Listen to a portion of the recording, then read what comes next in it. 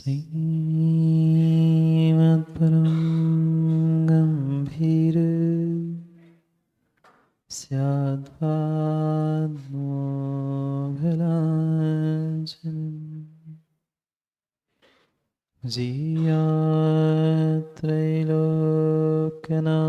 जीयात्रैलोक्यनाथस्य शासनं जिनशासनम्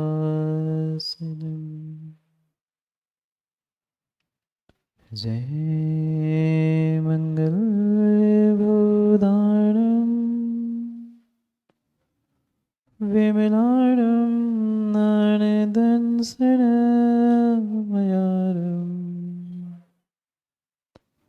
तैलोयसे हियाणं नमोऽस्यासुरसीताणं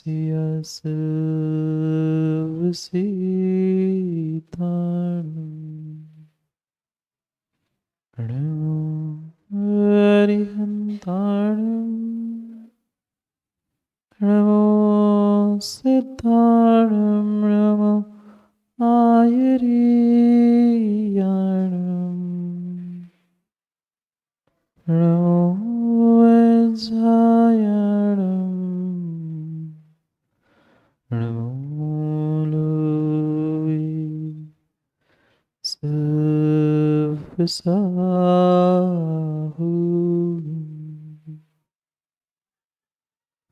अनंत अनंत परम सिद्ध भगवान की 1008 से आदिनाथ भगवान की परम पूज्य आचार्य भगवान कुंद कुंद स्वामी की परम पूज्य आचार्य भगवान गुरुवर विशुद्ध सागर जी महाराज की सनातन जैन धर्म की बोलिए परम पूज्य मुनि 108 श्री सुप्रभ सागर जी महामुनि राज की समस्त मुनि संघ की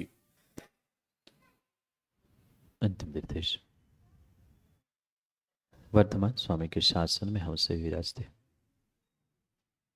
और उनकी यह पावन पीयूष देशना हम सभी के लिए परम उपकारी।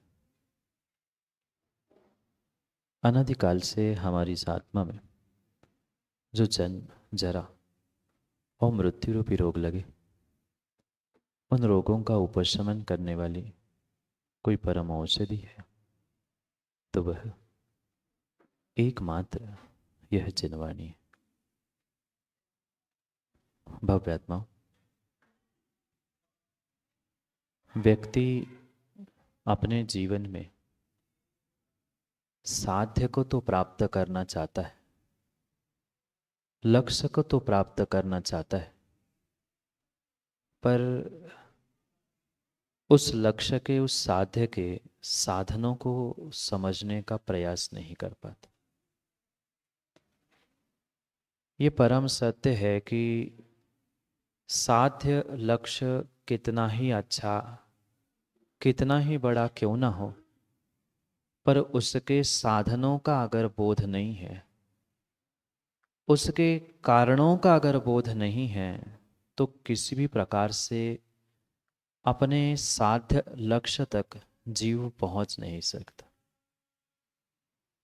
मंजिल कैसी ही क्यों ना हो, पर उस मंजिल पर चलने का सम्यक पुरुषार्थ है, मंजिल तक पहुंचने का सम्यक मार्ग व्यक्ति को पता है, तो ये पक्का है आज नहीं तो कल कभी ना कभी वह मंजिल पर पहुंचेगा। पर मात्र मंजिल पक्की होने से, साध्य लक्ष्य पक्का होने से काम नहीं होता, और मात्र मेहनत पुरुषार्थ या मार्ग पर चलने से भी काम नहीं होता। मार्ग साधन सम्यक भी होने की आवश्यकता। समीचीनता साधनों में नहीं है तो किसी भी प्रकार से साध्य की समीचीनता संभव हो नहीं सकती। या ऐसा कह दो कि साधन अगर सही नहीं है, कारण अगर सही नहीं है, तो कार्य भी सही नहीं होता। माँ भोजन बनाते आप लोग कच्चा कि अच्छा? अच्छा भोजन बनाने के लिए साधन भी अच्छे चाहिए। साधन भी अच्छे चाहिए, और मात्र साधन ही अच्छे नहीं चाहिए, साधन के साथ तुम्हारा अंतरंग बहिरंग पुरुषार्थ भी अच्छा चाहिए। बहिरंग पुरुषार्थ हो, शायद सभी अच्छा ही करना चाहते हैं, कोई माँ भोजन बिगाड़ना नहीं चाहती, पर फिर भी सभी का भोजन एक सा बनता है। क्यों? सामग्री अलग अलग थी? नहीं थी। सामग्री एक थी, साधन एक था, मार्ग एक था, लक्ष्य भी एक था, पर व्यक्तिगत व्यक्ति की भाव और भावना जो अंतरंग पुरुषार्थ रूप होते हैं, वे जैसे ही बदलते हैं, वह साध्य और साधन दोनों भी बदल जाते। लगभग हर दर्शन में, हर धर्म में मोक्ष जाने की बात कही। सबने अपने अपने तरीके से मोक्ष कहा, भगवान बनने की बातें की, संसार से दूर होने की, दुखों से दूर होने की, सुख की भी बात सबने की, पर मोक्ष रूपी साध्य एक होने पर भी सबके साधन, सबका मार्ग अलग अलग है। और एक मार्ग पर चलने वाले, मतलब जिन्होंने रत्नत्रय रूपी सम्यक दर्शन को मोक्ष मार्ग स्वीकार किया, पर वे भी जिन्हें डॉक्टर मंजिल पर नहीं पहुंच पा रहे। जो विपरीत मार्ग पे है उनका समझ में आ गया तो विपरीत ही थे, पर जिनके पास सम्यक मार्ग था, जिनके पास सम्यक साधन थे, वे भी मंजिल तक क्यों नहीं पहुंच पाए? क्या साधनों में कमी थी? सामग्री में कमी थी? कमी कमी मां बाहर कही नहीं थी, कमी अगर कही थी, मेरे भीतर थी। मेरे भीतर थी, मेरी अंतरंग पुरुषार्थ की कमी थी, जिन कारणों से सब साधन सुलभ मिलने पर भी आज तक हम साध्य को, लक्ष्य को प्राप्त नहीं कर पा रहे। क्या आप लोग नहीं चाहते मोक्ष हो जाए? क्या आप लोग नहीं चाहते शाश्वत सुख मिल जाए?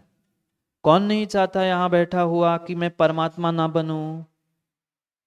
सब यही चाहते हैं, मैं भगवान बन जाऊं, परमात्मा बन जाऊं, तीर्थंकर बन जाऊं, पर साधनों पर कितना पुरुषार्थ किया?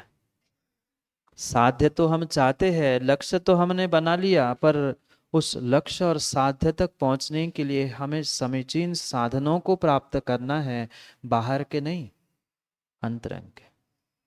बाहर के साधन मिल गए, ये कितनी बड़ी काल लब्धि, ये कितनी बड़ी काल लब्धि है। हम मनुष्य बने, जैन कुल में जन्मे, इतना निरोग शरीर हमें मिला, सब साधन हमें मिले, सहजता से सच्चे देवशास्त्र गुरु भी मिल रहे हैं। इससे बड़ी काल लब्धि पंचम काल में क्या हो सकती है? पर ये मात्र और मात्र बहिरंग काल लब्धि थी। अंतरंग भाव और भावनाओं से भरी हुई काल लब्धि अभी प्रकट ही नहीं हो पाए।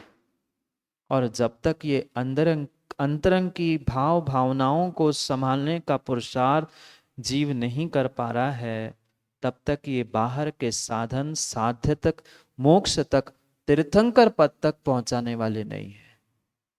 और उसी कारण से आचार्य भगवंतों ने सबसे अधिक तीर्थंकर पद देने के लिए कारण कहे हैं, तो वह 16 कारण भावनाओं को कहा है।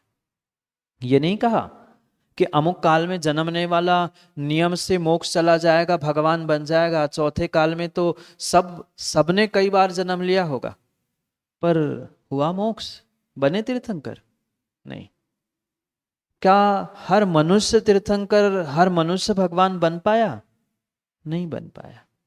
ये बाहर के साधन, बाहर के निमित्त, बाहर के कारण कितने ही प्रबल क्यों ना हो, कितने ही उत्कृष्ट क्यों ना हो, बाहर की सामग्री मां भोजन की कितनी भी अच्छी क्यों ना हो, पर सबका भोजन अच्छा नहीं बनता। भले ही दुकान से बासमती चावल ले आना, पर सबका स्वाद एक सा नहीं होता। सबका स्वाद एक सा नहीं होता। वही कुकर, वही चावल, वही पानी, वही नमक, सब कुछ वही होने पर भी भोजन के स्वाद में अंतर है। और मात्र भोजन के ही स्वाद में नहीं, जीवन के स्वाद में और धर्म के भी स्वाद में भाव और भावनाओं से अंतर है। जैसे व्यक्ति के व्यक्तिगत भाव और भावनाएं हुआ करती है, बिल्कुल बिल्कुल उसका बाहर का बहिरंग पुरुषार्थ भी उसके लिए वैसे ही फलीभूत होता है। क्यों नहीं उत्कृष्टता से हमें फलीभूत हुआ? सब साधन मिल गए, सब कुछ मिल गया, पर अंतरंग में उन भाव और भावनाओं की कमी थी जो हमें परमात्मा तीर्थंकर बनाने के लिए निमित्त था। और उन्हीं 16 कारण भावनाओं को, जिनको शायद हमने सच्चे भावों से नहीं भाया, उनको समझने का हम प्रयास कर रहे हैं। भाना दूर की विषय है, चिंतन करना दूर का विषय है, पर पहले हम समझे तो सही कि ये 16 कारण भावनाएं, ये 12 भावनाएं होती क्या है। सब कुछ कर लिया, सब कुछ कर लिया। दिन में कई बार माताओं आपने मेरी भावना पढ़ी होगी, पढ़ी? कितनों को याद नहीं है? नहीं है पूछ रहा हूं। लगभग सभी को याद है, 2 4 6 लाइन तो रटी रटाई है। पर डॉक्टर साहब, मेरी भावना मेरी हुई? मेरी भावना मेरी हुई? नहीं हुई। 12 भावना पढ़ते पढ़ते वैराग्य हुआ? नहीं हुआ। 16 कारण व्रत, उपवास, माला करते करते कुछ कल्याण हो पाया? नहीं हुआ। क्योंकि ये सब हमने मात्र और मात्र शब्दों में ही समझने का प्रयास किया है। उसे अंतरंग की भावनाओं से जोड़ते हुए उनको हमने मेरा अपना बनाने का प्रयास किया ही नहीं है। वास्तव में आज आवश्यकता इन छोटी छोटी भाव और भावनाओं को समझने की है। छोटी छोटी भाव और भावनाओं को समझने की है।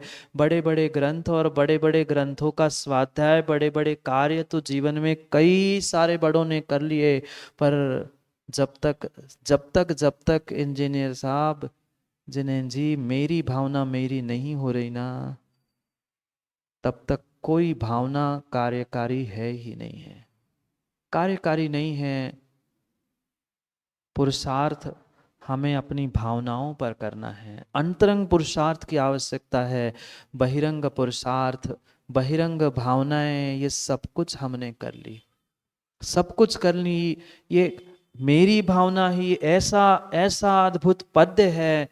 अगर उस मेरी भावना का एक पद, एक पंक्ति, एक नहीं आधी पंक्ति भी किसी एक व्यक्ति के जीवन में उतर जाए ना, उसका जीवन बदल जाएगा।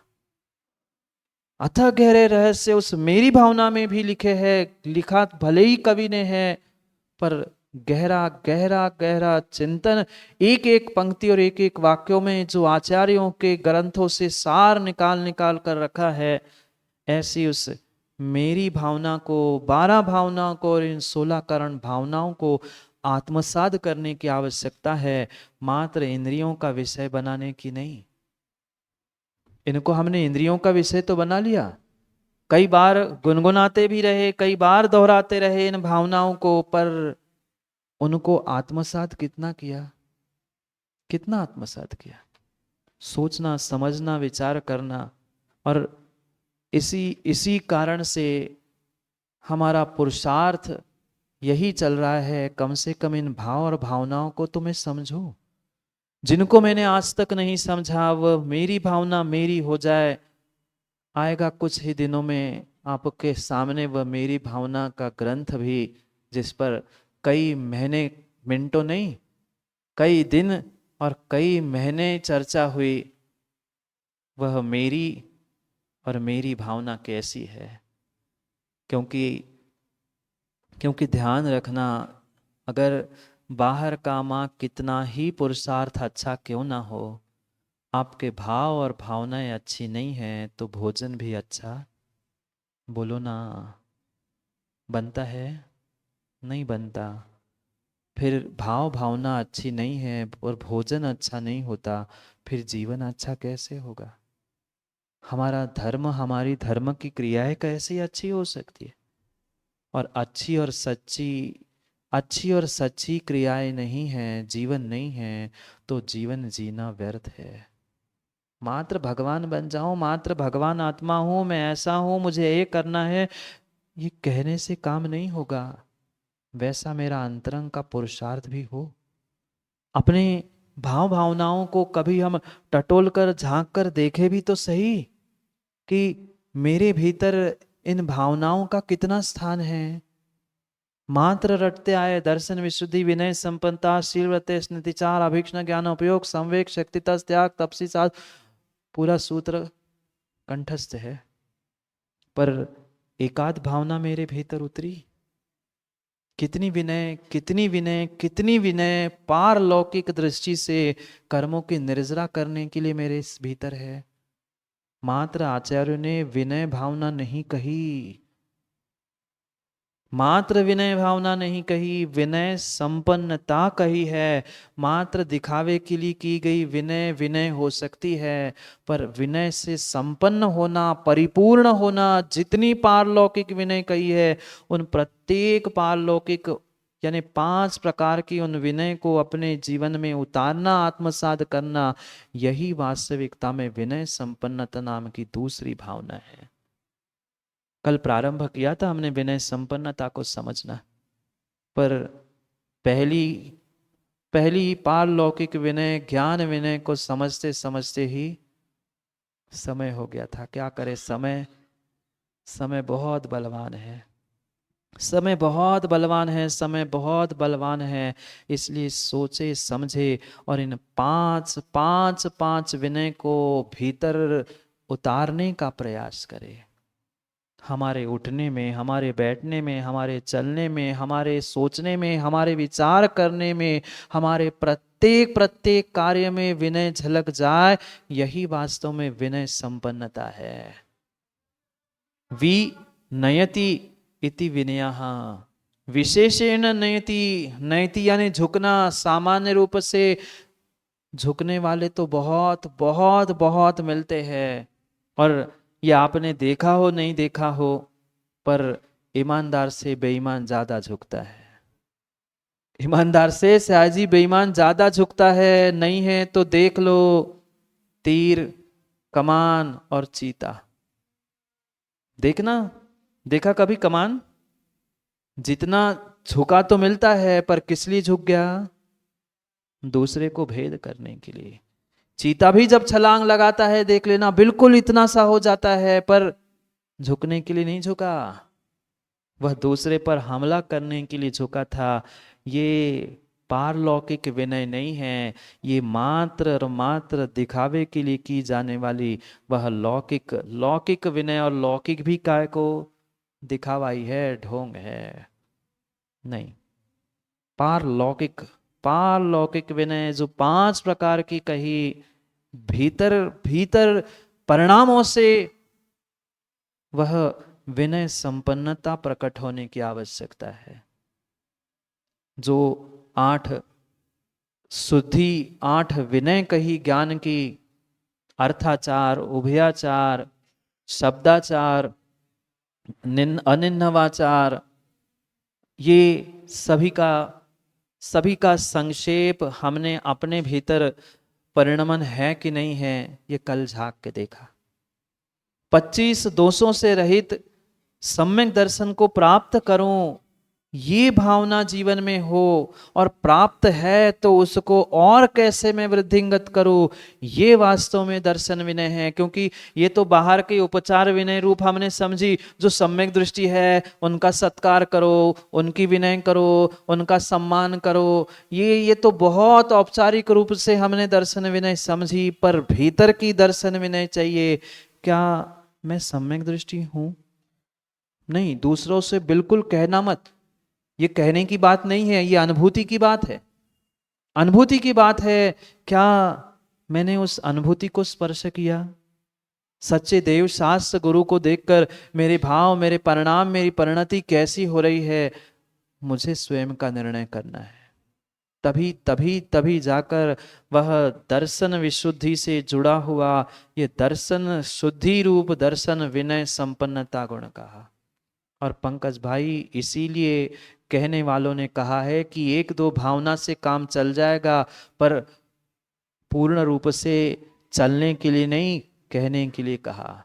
क्योंकि दर्शन विशुद्धि होगी तो अपने आप ये विनय होगी, विनय होगी तो शील प्रकट होगा। ये इंटर रिलेटेड है, को रिलेटेड है, इसलिए कहा है। पर सर्वथा एक को भाने से, एक को प्राप्त करने से तीर्थंकर पद मिलने वाला नहीं है। 16 क्यों कही?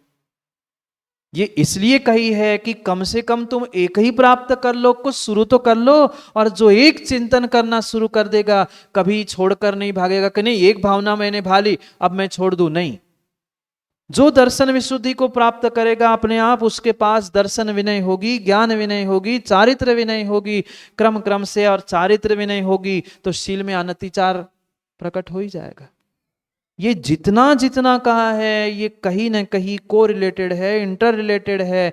इसलिए कहने के लिए कहा जाता है एक आध दो तो भालो, पर भानी पूरी पड़ेगी, पूरी भानी पड़ेगी, पूरी भानी पड़ेगी। और उस 25 दोषों से रहित दर्शन विशुद्धि के साथ अपने भीतर के सम्यक दर्शन को प्रकट करना, और प्रकट किया है तो उसको साबुत रखना, ये दर्शन विनय आवश्यक है।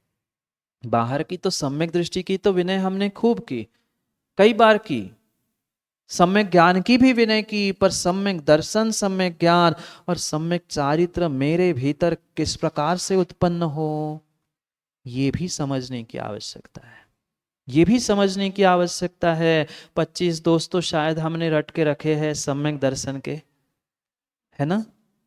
8 दोष, 8 मद, 6 अनायतन, 3 मूढ़ता।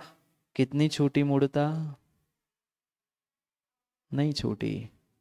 उन अनायतनों को छोड़कर आयतनों को देखने की या आयतनों को धर्मात्मा मानने की हमारी दृष्टि निर्मल हो पाई? मात्र सच्चे देव शास्त्र गुरु ही आयतन नहीं है, मात्र सच्चे देव शास्त्र गुरु ही आयतन नहीं है। वो तो 3 आयतन है ही, पर उनको मानने वाले भी, ये जितने धर्मात्मा दिख रहे हैं ना, ये सभी आयतन हैं, ये सभी आयतन हैं। देवशास्त्र गुरु को तो आयतन हर कोई मानता है, उसको तो पूज भी लोगे भाई, पर उनको पूजने से नहीं, कोषाध्यक्ष जी, जो उनके भक्त है उनको पूछना भी पड़ेगा, तब तुम्हारा सम्यक दर्शन निर्मल हो पाएगा। अंदर आया क्या समझ में? देव शास्त्र गुरु को पूजना आसान है, पर उनको मानने वालों को पूछना कठिन है, उनको पूछना कठिन है। इसलिए इसीलिए इसीलिए आचार्यों ने ये दर्शन विनय पुनः कह दी। दर्शन विशुद्धि में तो सब हो ही चुका था, भावना भाली थी, फिर दर्शन विनय कहने की क्या आवश्यकता थी? विशेष रूप से नमस्कार करना बाहर के सम्यक दृष्टि को नहीं, मेरे भीतर बैठे हुए सम्यक दृष्टि को पहचान कर उसे प्राप्त करने की आवश्यकता थी। ये वास्तविक विनय अपने भीतर चाहिए, और यही विनय संपन्नता का मुख्य उद्देश्य है। विनय तब भी था, पर विनय तप नहीं कहा। विनय से संपन्न हो जाओ, परिपूर्ण हो जाओ, अपने भीतर प्रत्येक प्रत्येक क्रियाओं के साथ ज्ञान, दर्शन, चारित्र, तप और उपचार रूपी विनय को धारण करो, तो कुछ काम हो पाएगा, तो ही काम हो सकता है। क्योंकि बाहर के पुरुषार्थ जीव ने अनादि से किए हैं। इस पर्याय के नहीं, कई पर्यायों से वह पुरुषार्थ हुए, पर अंतरंग का पुरुषार्थ नहीं हो पाया। क्यों नहीं हो पाया? क्यों नहीं हो पाया? क्योंकि थोड़ी सी जब मान कसाय माँ उदय में आती है, सब धरा का धरा रह जाता है, दिख रहा है सामने, पर फिर भी जीव उस सत्य को स्वीकार नहीं कर पाता। सत्य को जान तो रहा है, पर जानते जानते वह समय बीत जाता है, पर जिसे जाना है उसे वह मान नहीं पाता।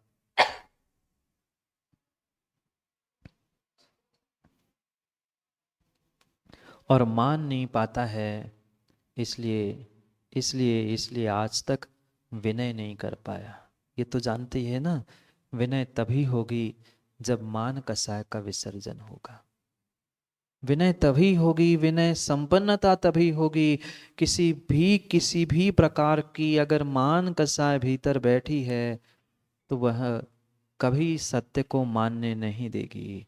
इसलिए कसाय ही कह रही है, कसाय ही कह रही है, अभी मान जाओ। शब्दों को समझना, अभी मान जाओ, अभी मान जाओ, अभी भी मान जाओ, अभी भी मान जाओ, अभी भी मान जाओ। मान निकाल दो तो मान पाओगे, नहीं तो नहीं निकलेगी। ना तुम निकल सकते हो संसार से, ना तुम्हारे भीतर की मान निकल सकती है जब तक तुम सत्य को सत्य नहीं मान पाओगे। पहचानो, दूसरों को नहीं, क्योंकि दूसरों को देखना और दूसरों की जिंदगी में झांकना बहुत आसान है। हम अपने भीतर झांक के देख ले कि मैं कितना पानी में हूँ। समझो, विचार करो, ज्ञान विनय, दर्शन विनय, चारित्र विनय, कितनी विनय है चारित्र के प्रति। चारित्र की, अपने चारित्र की तो छोड़ दो, चारित्रधारियों की कितनी विनय हमारे भीतर है। दिखने पे तो हर कोई हाथ जोड़ता है, दिखने पे तो हर कोई चरण स्पर्श करने के लिए दौड़ता है, पर सबका चारित्र निर्मल पले, इन भावनाओं से कभी हम ओतप्रोत होते हुए अपना जीवन, अपना दिन यापन करते हैं? नहीं करते। स्वयं नहीं कर पा रहे हैं 13 प्रकार का चारित्र। श्रावकों के उन 12 प्रतिमाओं को, 11 प्रतिमाओं को, 12 व्रतों को नहीं धारण कर पा रहे, पर कम से कम जो धारण कर चुके हैं उनके प्रति सद्भावना है क्या? उनका चारित्र प्रतिदिन वृद्धिंगत हो, ये मेरी भावनाएं हैं। शरीर की सेवा करने वाले हजारों मिल सकते हैं पीयूष भाई, शरीर की सेवा करने वाले हजारों मिल सकते हैं, पर अपनी परिणामों की और चारित्र ज्ञान दर्शनधारी के परिणामों की सेवा वैयावृत्ति करने वाले इस संसार में दुर्लभ है। मत करो दूसरों की, मत करो दूसरों की, पर कम से कम अपने स्वयं के बारे में सोचकर अपनी परिणामों की, अपने ज्ञान दर्शन चारित्र तप की विनय करना सीखो ना। ये गुण बाहर से प्रकट नहीं होने वाले। ज्ञान भी मेरा है, दर्शन भी मेरा है, चारित्र भी मेरा है, तप भी मेरा है। इन सबको मुझे मुझे श्रद्धा पूर्वक समझते हुए उनकी विनय और चारित्रधारियों की भी विनय करने की आवश्यकता है। क्या कहे, आज एक धर्मात्मा को देखकर दूसरा धर्मात्मा धर्मात्मा मानने के लिए तैयार नहीं है। घर में, परिवार में जो बुजुर्ग है उनके प्रति विनय, उनके प्रति सम्मान नहीं बचा है, फिर चारित्रधारियों की और महापुरुषों की क्या खाक कहे। सत्यता यही है, बोलो ना, ऐसा नहीं है? बेटा तो पिता के पाप पैर छूने के लिए शर्माता है, विचार करता है क्या करूं, कैसे करूं। क्यों? अरे जय जिनेन्द्र नहीं होती, कई दिनों तक, कई महीनों तक सामने दिखने पर भी जय जिनेन्द्र नहीं हो पाती। जब ये व्यवहारिक लोक व्यवहार रूप विनय तुम्हारे पास नहीं है, पारमार्थिक विनय कब, कहां और कैसे प्रकट होगी? विचार करना। जो हमसे चारित्र में श्रेष्ठ है उनकी तो विनय होनी ही चाहिए। जैसे बने, जैसे बने, जैसे बने, वह चारित्र की विनय होनी चाहिए। क्या क्या अद्भुत, क्या अद्भुत एक एक दृश्य वास्तव में उन चारित्रधारियों के हमने देखे हैं, सुने हैं। आप भी सुनोगे तो आश्चर्यचकित हो जाओगे। ऐसे ऐसे दृश्य और ऐसी ऐसी घटना, वास्तव में जिसके भीतर चारित्र ज्ञान दर्शन रत्नत्रय होता है, वह दूसरे रत्नत्रय धारियों को देखकर, दूसरे सम्यक दृष्टि को देखकर नियम से झुकता है। ये नहीं विचार करता कि मैं बड़ा हूं, कि मैं छोटा हूं, मैं इतना साल का, नहीं, कभी कभी नहीं सोचता, क्योंकि उसके भीतर ज्ञान दर्शन चारित्र रूपी रत्नत्रय और रत्नत्रय धारियों के प्रति ऐसी ऐसी श्रद्धा और ऐसा समर्पण और ऐसी विनय होती है कि सहज उसके हाथ जुड़ जाते हैं। जुड़ते हैं हाथ सहजता से। फोटो के लिए तो जुड़ते हैं, हाँ फोटो के लिए तुरंत जुड़ते हैं, फोटो वाला कैमरा वाला घिर जाए बस सामने, बस तुरंत हाथ जोड़ के इधर आओ, थोड़े से पीछे खड़े, आगे हो गए। श्रद्धा से हाथ जोड़ने चाहिए, श्रद्धा से हाथ जोड़ने चाहिए। सत्य सत्य सत्य वही जान सकता है जिसके भीतर मान कसाय के विसर्जन रूप ये विनय झलकती है, विनय झलकती है, विनय झलकती है। सत्य घटना बताऊं, आचार्य भगवान विशुद्ध सागर जी पहुंच रहे थे गुरु के पास दर्शन करने के लिए। सत्य घटनाएं फूप की, विहार करके पूरा संघ वहां पहुंचा। आचार्य भगवान विराग सागर जी का पंच कल्याण चल रहा था और आगे संघ को बढ़ना था, सो रास्ते में दर्शन करके आगे बढ़ना था। आचार्य महाराज तो मंच पे बैठे थे, संघ के अन्य मुनिराज आचार्य विशुद्ध सागर जी पूरे संघ के अगवानी के लिए पहुंचे थे। अगवानी हुई, पंडाल में प्रवेश हुआ। गुरु तो गुरु होता है, हर समय परीक्षा करे बड़ी बात नहीं है। आचार्य विराग सागर जी स्वयं सिंहासन पे बैठे थे और पता चल गया था कि विशुद्ध सागर आ रहे हैं, तो बगल में और एक सिंहासन रख दिया। आचार्य जी आ गए, आचार्य वंदना हुई, पूरे मुनि संघ ने आचार्य वंदना की, गुरुजी ने भी परिक्रमा लगाई और विराग सागर जी तो बैठे थे सिंहासन पे। विराग सागर जी, आचार्य महाराज ने कहा बैठो। विशुद्ध सागर जी हाथ जोड़ के खड़े, कह रहा बैठो आचार्य विशुद्ध सागर, सिंहासन लगा है, तुम आचार्य बन गए हो, बैठो सिंहासन पे। गुरुजी ने हाथ जोड़े और रखा है, गुरुजी ठीक है आपने आचार्य पद दिया, मैं आचार्य पद का निर्वाह भी कर रहा हूँ, पर आचार्य में इन शिष्यों के लिए हूँ, मैं आपका शिष्य ही हूँ, पहले सिंहासन हटा दो तभी मैं आपके बगल में बैठ पाऊंगा। ये विनय, ये विनय होती है, ये विनय होती है। और ऐसी नहीं, ऐसी तो अनेक अनेक अनेक हमारे पूर्वाचार्य के दृष्टांत है। एक दृष्टांत मैंने कहीं पढ़ा था, कहीं सुना था, आचार्य ज्ञान सागर महाराज, आचार्य भगवान विद्यासागर जी के गुरु, और आचार्य धर्म सागर जी महाराज का राजस्थान में एक कहीं नगर पे मिलन हुआ। अब मिलन हुआ, समाज छोटी थी और उस जमाने में कहाँ इतनी सुविधा है, कहाँ इतनी व्यवस्था है। नगर में एकाध संघ कभी कभार पहुंचते थे तो समाज में एक ही सिंहासन था, आचार्य महाराज 2 और सिंहासन 1। समाज चिंता में पड़ गई, अब क्या होगा, कौन बैठेगा, क्या नहीं होगा, सब देख रहे थे। पर कितनी सरलता और कितनी कितनी सहजता, कितनी विनय, दोनों ने एक दूसरे की प्रशंसा प्रारंभ की। तुम बड़े हो, तुम्हारा ये गुण अच्छा है, तुम ऐसे हो, तुम्हारा संग बड़ा है, तुम पूर्व दीक्षित हो, तुम ऐसे हो। दोनों एक दूसरे की प्रशंसा करते करते 5 मिनट 10 मिनट दोनों मंच पे खड़े। समाज सोच रही कोई तो बैठे, पर दोनों सोच रहे थे एक ऊपर बैठेगा तो दूसरा तो नीचे बैठना पड़ेगा, सिंहासन इतना सा दोनों कैसे बैठते। दोनों जब एक दूसरे की विनय करके समझ गए कि कोई बैठने तैयार नहीं है, सिंहासन लगा रहा और दोनों आचार्य महाराज सिंहासन के नीचे बिल्कुल एक समान बैठ गए। ये होती है चारित्र और चारित्रधारियों की विनय। किंचित भी ये मान कसाई नहीं आई, कोई ना कोई तो बड़ा होगा ही ना, पर फिर भी कितनी सरलता, इतनी सरलता, इतनी सरलता, इतनी सहजता जीवन में आनी चाहिए, तभी तुम्हारा ज्ञान दर्शन चारित्र फलीभूत हो सकता है। नहीं तो गौरव गौरव के चक्कर में सब डूब जाता है।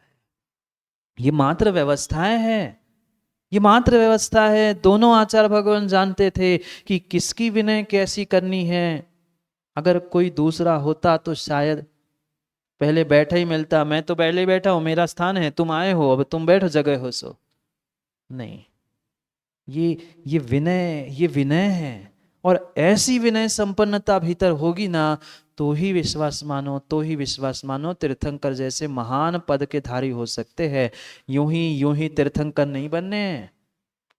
अरे अनंत अनंत भगवान बनने वालों में से 24 ही होते हैं जो तीर्थंकर जैसे महान पदों को विभूषित करते हैं। क्यों? क्योंकि इतनी विनय संपन्नता थी, इतनी विनय संपन्नता थी। ध्यान रखना श्रावकों, आपका आपका आपका तो चारित्रधारियों के प्रति विनय होता ही है, पर आचार्यों ने कहा है, हे चारित्रधारी, तुम्हारा भी एक चारित्रधारी के प्रति विनय होना चाहिए, विनय होना चाहिए। पर इसका मतलब ये नहीं है, इसका मतलब ये नहीं है कि आप चलते हुए दौड़ते हुए यहाँ पहुंच गए उज्जैन से और महाराज कह रहे हैं नहीं नहीं स्वयं उठ के आ जाओ बैठो। नहीं, साधु साधु के प्रति तो विनय करता ही है, पर साधु से नीचे स्थान पर जो आरी का शुल्लक शुल्ली का सामान्य प्रतिमाधारी श्रावक और बिना बिना प्रतिमा को धारण करने वाला भी श्रावक पहुंच जाए तो श्रावक की भी साधु विनय करता है। अपना आसन छोड़कर गोलू उनको नहीं देते कि आ जाओ बैठो। हाँ, नहीं तो कहो महाराज आप तो कभी उठते ही नहीं है, आपने कभी हमसे भी नहीं कहा कि आओ आप बैठ जाओ बगल में, कि चटाई बिछाओ। नहीं, जगह मेरी है ही नहीं है, चटाई मेरी है ही नहीं है, मैं क्यों कहूं? और कह भी दो तुम धड़ाम से बैठ जाओ, जीव को मार दो, तो मेरे को और अनुमोदना का दोष ले। साधु साधु श्रावकों की भी विनय करता है, ये भी समझने की आवश्यकता है, क्योंकि विनय रिस्पेक्टिव टर्म है, यथा योग्य विनय कहिए। जो जैसा है उसके लिए वैसी विनय, वैसा सम्मान, वैसा सत्कार करना, यही विनय संपन्नता है। माना कि कोई श्रावक दूर से आया है, कोई भक्त दूर से आया है, मुनिराज ने आंख उठाकर देख लिया, आशीर्वाद दे दिया, साधु की श्रावक के प्रति विनय हो गई, ये है विनय संपन्नता। आज श्रावक कई श्रावक को देखने के तैयार नहीं है, ऐसे देखते हैं, ऐसे देखते हैं, आजा बाहर। कितनी संपन्नता, विनय संपन्नता है। ये साधु की विनय है, साधु की विनय है। साधु सबके लिए भी ध्यान रखना, समान आशीर्वाद नहीं देते। ये मत कह देना महाराज क्या दुघात कर रहे हमारे साथ, बायस कर रहे, नहीं। जो जैसा है उसके लिए वैसा आशीर्वाद है। मिथ्या दृष्टि पहुंचे तो मिथ्यात गलन हो, सम्यक दृष्टि पहुंचे सम्यक वृद्धि हो, धर्मात्मा पहुंचे धर्म वृद्धि रस्तु। सब प्रकार का व्याख्यान लिखा है, इन सब को समझना ही पड़ेगा, तो ही कुछ काम बन सकता है, तो विनय संपन्नता भीतर उतर सकती है। चारित्रधारी की भी विनय करता है, और चारित्र नहीं है तो भी अचारित्रधारी की भी विनय करता है, क्योंकि उससे पता है मैं तो चारित्रधारी हूं, पर अगर मैं आज इसको सही समय पर सही स्थान सही सत्कार नहीं करूंगा तो कभी उसका चारित्र और चारित्र के धारियों के प्रति कभी वह भाव और भावना बदलने की संभावना नहीं हो सकती। फिर परस्पर में तो साधुओं को कितनी विनय करनी चाहिए, कैसी विनय करनी चाहिए, ये आगम के परिप्रेक्ष्य में वास्तव में समझने की आवश्यकता है, समझने की आवश्यकता है। किसी निर्ग्रंथ मुनिराज को दूसरे मुनिराज के लिए आशीर्वाद देने की आज्ञा आगम में दी ही नहीं है। किसी निर्ग्रंथ मुनिराज को दूसरे मुनिराज को आशीर्वाद देने की आज्ञा ही नहीं दी। आप चारित्रधारी हो, ठीक है, आप 50 नहीं 100 वर्ष पुराने दीक्षित भी क्यों ना हो, कोई बात नहीं, पर आपके लिए विनय आशीर्वाद मात्र श्रावकों के लिए है, मुनिराजों के लिए तो आपको पीछे उठाकर प्रति नमोस्तु नमोस्तु करना ही आपकी चारित्रधारियों के प्रति विनय है। हाँ, सच्ची भूमिका तो विनय संपन्न का की तभी है जब हमारे पास सब कुछ होने पर भी जो हमारे समकक्ष है या हमसे दीनहीन है उनके प्रति भी मेरी वैसी ही भावना होना, यही विनय संपन्नता है। किसी आगम ग्रंथ में नहीं लिखा, चाहे तो मूलाचार भी खोलकर देख लेना, वहां एक चारित्रधारी एक निर्ग्रंथ मुनिराज दूसरे निर्ग्रंथ मुनिराज को पीछे उठाकर नमोस्तु और प्रति नमोस्तु ही करने का विधान है, आशीर्वाद का विधान नहीं है। अरे आचार्य महाराज भी आशीर्वाद देते, जाकर देख लेना। जितने जितने बड़े महान तपस्वी आचार्य भगवान हैं, वे अपने शिष्यों को अगर आशीर्वाद देते हुए मिले ना, तो उसके पहले वे पहले पीछे उठाकर प्रति नमोस्तु करते हैं और फिर शिष्य को आशीर्वाद देते हैं। देखना, कभी दीक्षा का दृश्य आंखों देखे मिलना मिल जाए ना, तो कभी देख लेना। निर्ग्रंथ दीक्षा देते तो वही है, इधर दीक्षा देते हैं, और जैसे ही तप का व्रतों का आरोहण हो जाता है, निर्ग्रंथ मुनिराज आचार्य भगवान के समीप जाकर नमोस्तु करते हैं। वे आचार्य भगवान जिन्होंने दीक्षा दी, जिन्होंने जन्म दिया, क्या सरलता, क्या विनय, पहले पीछे उठाकर उस निर्ग्रंथ को प्रति नमोस्तु करते हैं और फिर हाथ से आशीर्वाद देते हैं। ये थी विनय, ये थी विनय। नमोस्तु का उत्तर प्रति नमोस्तु ही निर्ग्रंथ चारित्रधारी के प्रति करे। और फिर अगर कुछ विशेष पदों के धारी है, आचार्य उपाध्याय पदों से विभूषित है, तो उनको आशीर्वाद देने की आज्ञा है। पर परस्पर में सुप्रभ सागर प्रणत सागर को आशीर्वाद देने लग जाए, मैं बड़ा हूं, अभी तुमने विनय, अभी तुमने चारित्र जीवन में समझा ही नहीं है। मत करो अहंकार, मत करो अहंकार, मैं इतना बड़ा, मैं इतना बड़ा, मैं इतना बड़ा। कहने से कोई बड़ा नहीं होता। बड़ा होना ही है तो झुकना सीखो, बड़ा होना है तो झुकना सीखो। जो जितना झुकता है, जो जितना झुकता है, वो उतना ही बड़ा और उतना ही महान कहलाता है। क्योंकि बिना बिना बिना झुके, बिना बिना विनय किए मोक्ष का द्वार खुलने वाला नहीं है, खुलने वाला नहीं है। इसीलिए इसीलिए हमारे प्राचीन तीर्थ क्षेत्रों में जितने जितने मंदिर और जितने मंदिर के दरवाजे बने थे, देखा कभी आपने? अकड़ने वालों को भगवान के पास स्थान नहीं था, अकड़ने वालों को भगवान के पास स्थान नहीं था। ज्ञानी पहले झुक फिर अंदर आ, तभी काम बन पाएगा। बिना झुके परमात्मा और गुरु के पास तो कभी पहुंचना ही नहीं चाहिए, पहुंचना ही नहीं चाहिए, पहुंचना ही नहीं चाहिए। ये चारित्र, चारित्र धारण करने वालों की स्वयं के प्रति नहीं, अपने से छोटों के प्रति भी विनय होनी चाहिए। ये जीवन में ध्यान रखना, ये जीवन में श्रावकों और श्रावकों नहीं, सभी ज्ञानियों जीवों ध्यान रखना। विपत्ति किसी पर भी कभी भी आ सकती है, कभी भी किसी पे भी आ सकती है, चाहे वह मुनिराज क्यों ना हो, चाहे श्रावक क्यों ना हो। पूर्व कर्म कब उदय में आए कोई कोई भरोसा नहीं है। इसलिए अहंकार में इतना इतना इतना इतना अपने आप को बड़ा मत कर लो कि कभी दूसरा तुम्हारे विपत्ति के दिनों में सहयोग करने के लिए ना पहुंचे। सबके दिन एक से नहीं होते, सब दिन भी एक से नहीं होते, नहीं होते, नहीं होते। विपत्ति माँ किसी से कभी कह के नहीं आती, आती है? नहीं आती, नहीं आती, नहीं आती। विपत्ति कभी कभी किसी से कह के नहीं आती। इसलिए इसलिए सोच समझ कर विचार करके काम करो, विचार करके काम करो।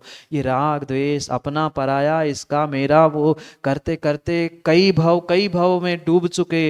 अब तो संभल जाओ, अब तो समझ जाओ। राग द्वेष से परे होकर सभी के प्रति निर्मल परिणाम और निर्मल परिणति से झुकने का प्रयास करो। क्योंकि झुके बिना, नभे बिना, नम्रता के बिना कभी नभ में जाना संभव नहीं है। नभ में जाना है तो नमना सीखो, नम्रता सीखो। वह छोटी सी छोटी सी छोटी सी चींटी जो नीचे गर्दन करके चलती है, उसे शक्कर का दाना मिलता है। और जो हाथी अपनी मान कषा के कारण लंबी सूंड लेकर घूमता है, उसके सर पर धूल ही दिखती है। सोचने की, विचार करने की आवश्यकता है। क्योंकि विपत्ति, बुरे दिन, कष्ट, कर्मोदय कब किस पे आ जाए कोई भरोसा नहीं है। इसलिए सोच संभल कर चलो। सबको सबको सबको साथ लेकर चलने का प्रयास करो। ये पंथ, ये संप्रदाय, ये आमना, ये विडंबना, वो विडंबना, ये बंटवारा छोड़ दो। बहुत समय बीत गया, बहुत समय बीत गया। इनके नामों पर बंटवारा करने से सार्थकता नहीं है। सब सब मिलकर काम करेंगे तो हम जिन शासन, नमो सुशासन की वह धुरी को आगे पहुंचा सकते हैं, अन्यथा नहीं। बहुत समय हो गया, बहुत समय हो गया, बढ़ते बढ़ते बढ़ते, कटते कटते इतने से चुटकी भर बचे हैं।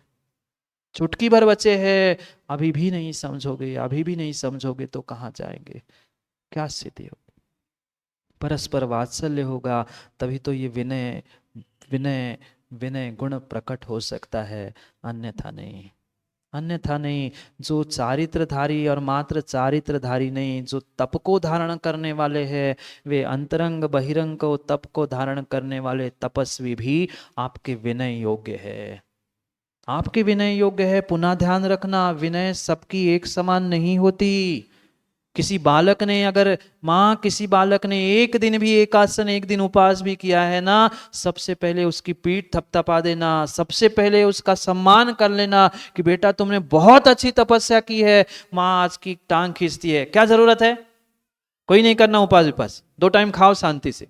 अरे उसने भाव संजोए थे, करने देते, टूट ही जाता ना एक आध उपवास, संबल देते, धैर्य देते, सुनाते जिनवाणी कि बेटा नहीं अब शाम हो गई, अब तुमने नियम लिया था कल मिलेगा।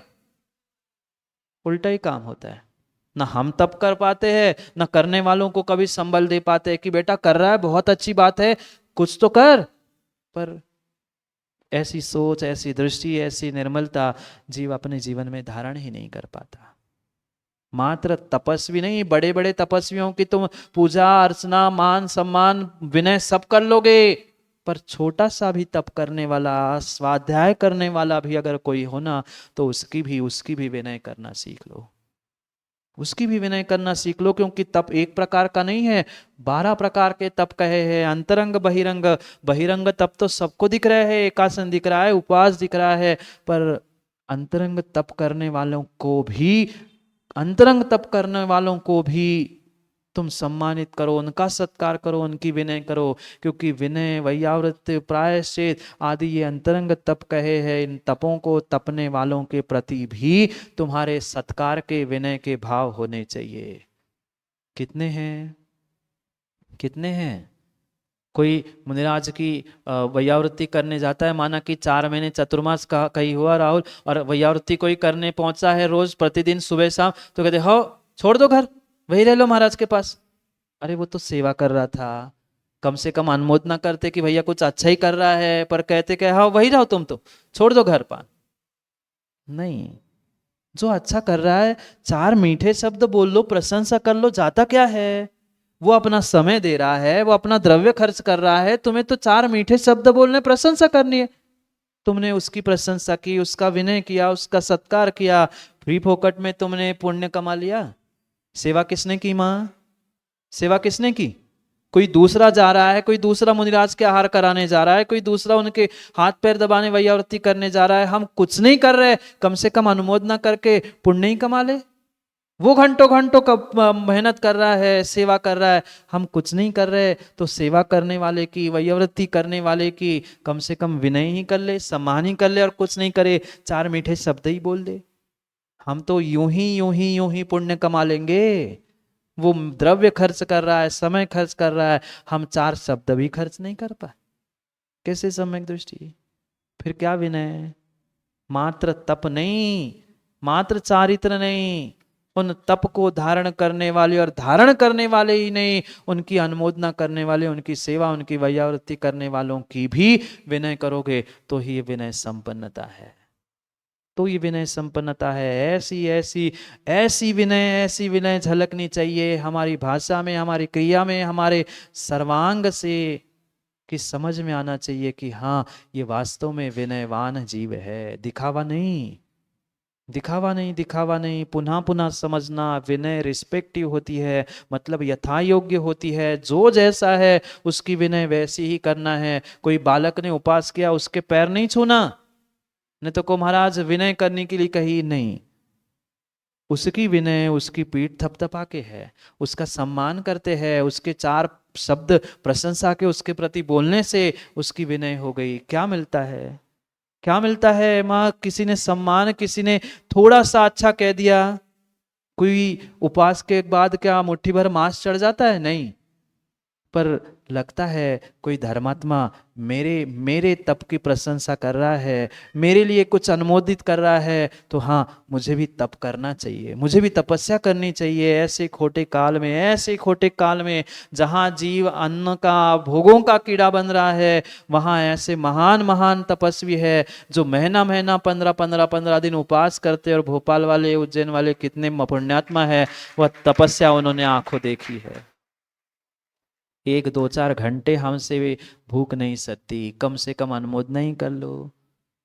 गलतियां तो 1000 खोजने वाले मिलते हैं, ये नहीं है, वो नहीं है, ऐसा है, वैसा है, पर उनकी तपस्या भी तो देखे।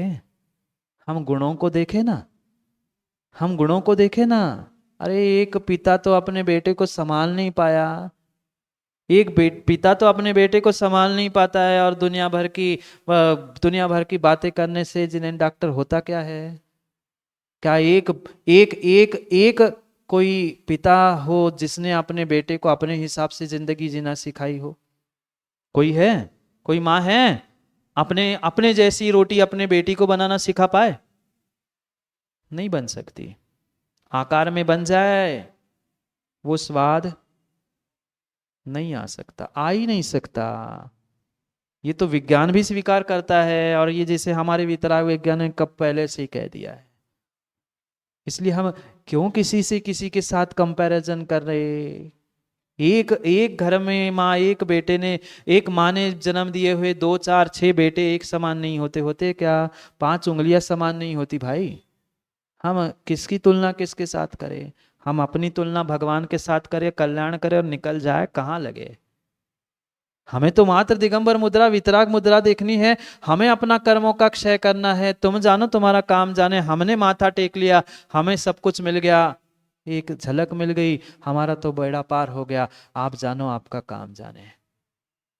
ऐसी भावना, ऐसी भावना, ऐसी भावना से हमें मात्र विनय करनी है। ये भी एक्सपेक्टेशंस मत लेके जाना कि गुरुजी आशीर्वाद देंगे तो ही हमारा काम होगा। अरे उन्होंने एक आंख उठा के देख लिया, काम बन गया, काम बन गया। और मैं तो कहता नहीं भी देख लिया, हमने तो कर्मों का क्षय कर लिया। पर अगर हम लोभ लेके जाएंगे, लालच लेके जाएंगे कि नहीं तो हमें ये ऐसा मिलना चाहिए, ये मिलना चाहिए, जो मिलने वाला था वो भी नहीं मिला। हम झुक गए, हमने देवशास्त्र गुरु की वंदना की, हमने विनय की, हमारे तो कर्मों की निर्जरा यूं ही हो गई। आशीर्वाद मिले अथवा ना मिले, वो तो उनका काम था, वो व्यस्त थे, देना था।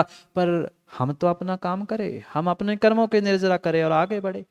पर इतनी सोच, इतनी दृष्टि निर्मल हो तभी तो ना, तभी तो ना। और इन 5 विनयों में से वर्तमान में सबसे सबसे सबसे अधिक आवश्यक अगर कोई विनय है तो माँ उपचार विनय है।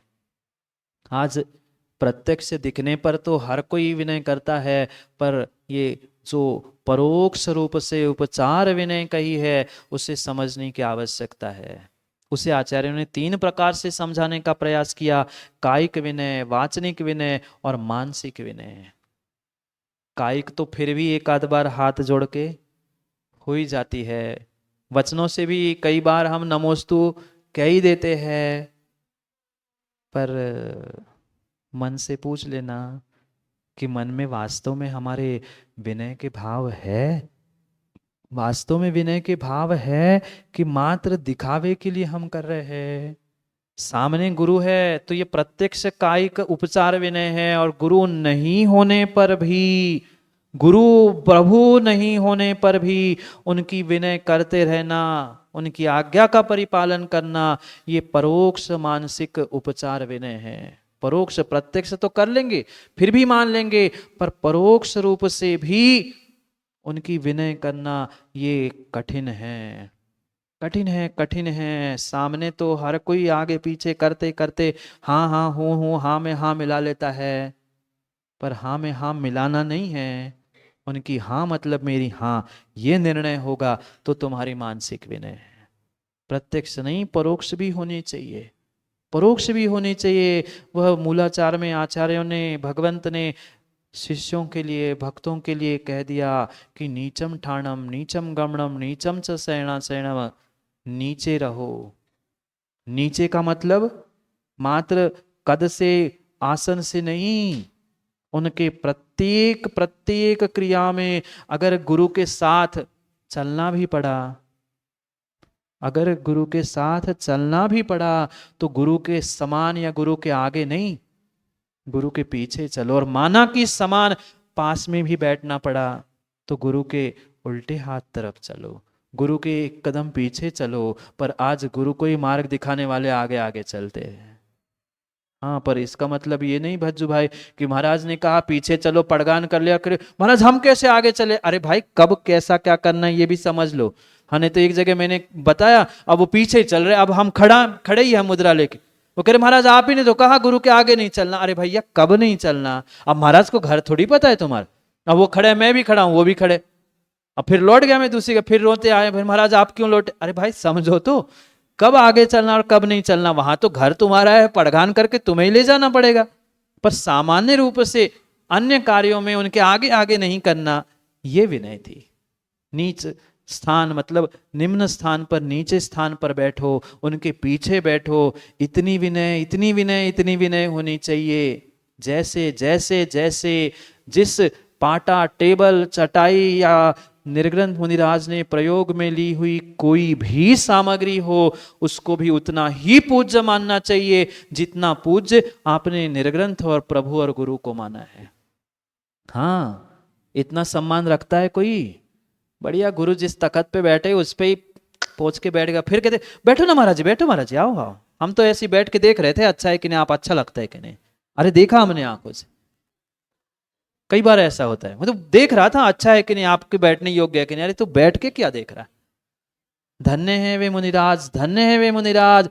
सत्य घटना है। आज क्षमा सागर महाराज का तो नाम सुना होगा, भोपाल वालों ने कई कई अच्छे से देखा उनकी सत्य घटनाएं। एक बार, हाँ चतुर्मास भी हुआ शायद, तो एक बार सुनी थी घटना मैंने कि आचार्य भगवान के पास पहुंच रहे थे और पहुंचते पहुंचते वो कमरे में पहुंचने ही वाले थे और अचानक आचार्य भगवान का विहार हो गया। विहार हो गया, वे सोच रहे थे कि पहुंचो, उनको रुकना था, पूरा संघ जाने वाला था। तो अब वो सोच में पड़ गए, पूरे संघ ने आचार वंदना कर ली, मैंने तो वंदना ही नहीं की। पूरा संघ गया, क्षमा सागर जी जमीन पर बैठे, जिस तखत पर आचार्य भगवान विद्यासागर जी बैठे थे उस तखत की उन्होंने वंदना की। ये थी विनय। हम उन्हीं पाटों पे बैठते हैं, उन्हीं तखत पे बैठते हैं, उन्हीं पे बैठकर सब कुछ करते हैं। ऐसी सरलता, ऐसी सहजता, ऐसा विनय धारण करो ना। ये कायिक कायिक विनय है। पूज्य पुरुषों के प्रति सम्मान पूर्वक उनके पास बैठे भी तो ऐसे अकड़ के बैठे। अरे भाई, पैर के ऊपर पैर करके कभी गुरु और प्रभु के सामने नहीं बैठा जाता। पद्मासन लगा के कभी, सुखासन से कभी गुरु के सामने नहीं बैठा जाता। क्यों? आचार वंदना करते समय वह गवासन कहा है, ये विनय का प्रतीक है। बैठना, आसन लगाना, कहाँ कैसे किस प्रकार से बैठ रहे हो, ये विचार, ये विकल्प भीतर सोचकर समझकर पुरुषार्थ करना होगा। प्रभु की जो पीठ है जिस पर प्रभु और जिनवाणी, पता नहीं कितनी विडंबना, ये जो टेबल रखे हैं आज उस पे बैठते हैं, बैठने के लिए कुछ नहीं मिला इस पे बैठ गए। ये श्रुत पीठ है, जिनवाणी रखने का स्थान है, उस पे तुम बैठ रहे हो, उस पे चढ़ रहे हो, उसका ही अभिनय कर रहे हो। ये उपचार अभिनय चल रही है, इसको लांघना भी नहीं चाहिए। लांघते नहीं ना आप लोग? लांघ भी रहे हैं तो आप अभिनय कर रहे हो, कर्म का बंध कर रहे हो। इसको लांघना भी नहीं, ये विनय है। क्या क्या कहूँ, कहने के लिए तो बहुत कुछ है, पर समय हो गया है। क्या करूं, क्या करूं? कहने के लिए तो इतना इतना इतना सब कुछ है। जितनी सारी भूल जीव कर रहा है, कुछ तो समझो, कुछ तो समझो, कुछ तो समझो। ये जो निषदिका 17 प्रकार की कही है, उन निषदिकाओं को जो देव शास्त्र गुरु उनसे सेवित प्रदेश, कमरे में भी कभी निर्ग्रंथ के जाओ ना। मंदिर में जैसे जाते समय आप निश्चय निश्चय निश्चय कह के जाते हो पंकज भाई, ऐसे कमरे में भी निर्ग्रंथों के भी पास जाते समय आपको निश्चय निश्चय कह के जाना चाहिए। कभी जाते? हम तो धड़ाम से दरवाजा खोल देते हैं, पहुंच गए, महाराज नमोस्तु, बढ़िया, ठंडे हाथ लगा। ठंडे है? नहीं नहीं है, ठंडे नहीं है, हमें तो लग नहीं रहे। पहले आसाधना कर ली और फिर कहले विनय क्षमा करना महाराज जी गलती हो गई, क्षमा करना। अब 4 बार और पैर छू के, हाँ भैया बढ़िया लग रहा है, ठंडा लगा लो। क्षमा भी मांग रहे तो हाथ पकड़ के मांग रहे। सोचो, विचार करो, निर्ग्रंथों के आश्रित क्षेत्र, पाटा, ये सब कुछ अपने आप में निषिद्धि का है, उनकी भी विनय करना चाहिए। उसका मतलब ये नहीं है कल गुरु भगवान को छोड़ दो और कमरे में जाके पाटे की पूजा करने लग जाओ। हाँ, नहीं तो हमारे आपने तो बताया तक समासा गज ने ऐसे किया। अरे विषमता की बात थी, वो कर नहीं पाए थे इसलिए उन्होंने किया था। उसका मतलब ये नहीं है कि तुम कुछ भी करने लग जाओ। हाँ, नहीं तो बताना जरूरी है तनीश भाई, ने तो तुम और उपद्रव कुछ का कुछ कर ले। पंचम काल है, भरोसा नहीं है किसी का, कुछ भी कर ले। सोचो, समझो, विचार करो कि हमें करना क्या है, क्या नहीं करना है। ये एक एक कायिक विनय, मानसिक विनय, वाचनिक विनय, ये सभी उपचार विनय हैं। ज्ञान की, ज्ञान के उपकरण की, चारित्र के उपकरण की, ये सब विनय हमारे भीतर प्रविष्ट होनी चाहिए, प्रविष्ट होनी चाहिए। मात्र सच्चे देवशास्त्र गुरु नहीं, उनके सेवित क्षेत्र, उनके द्वारा सेवित द्रव्य भी आपके लिए विनय करने योग्य है। विनय करना और अष्टद्रव्य से पूजा करना, इसमें जमीन आसमान का अंतर है, इसमें जमीन आसमान का अंतर है। ये फोटो, ये तस्वीर, ये अतदाकार स्थापना रूप जितने भी चित्र प्राप्त हो रहे हैं, विनय करने योग्य तो है पर पूजने योग्य नहीं है। विनय करो, सम्मान करो, उसको योग्य उचित स्थान पर रखना चाहिए, पर उनकी जो आज वर्तमान में पूजा हो रही है, पूजा, आरती, अर्घ्य चढ़ाने योग्य नहीं है, विनय करने योग्य है। सम्मान से उसे उच्च स्थान पर लगाना, मेरे प्रभु और मेरे गुरु है, इतना तक ठीक है, पर इसके आगे नहीं। जाओ, समय हो गया, क्या करूं। रविवार डॉक्टर का हो सकता है, हमारा नहीं।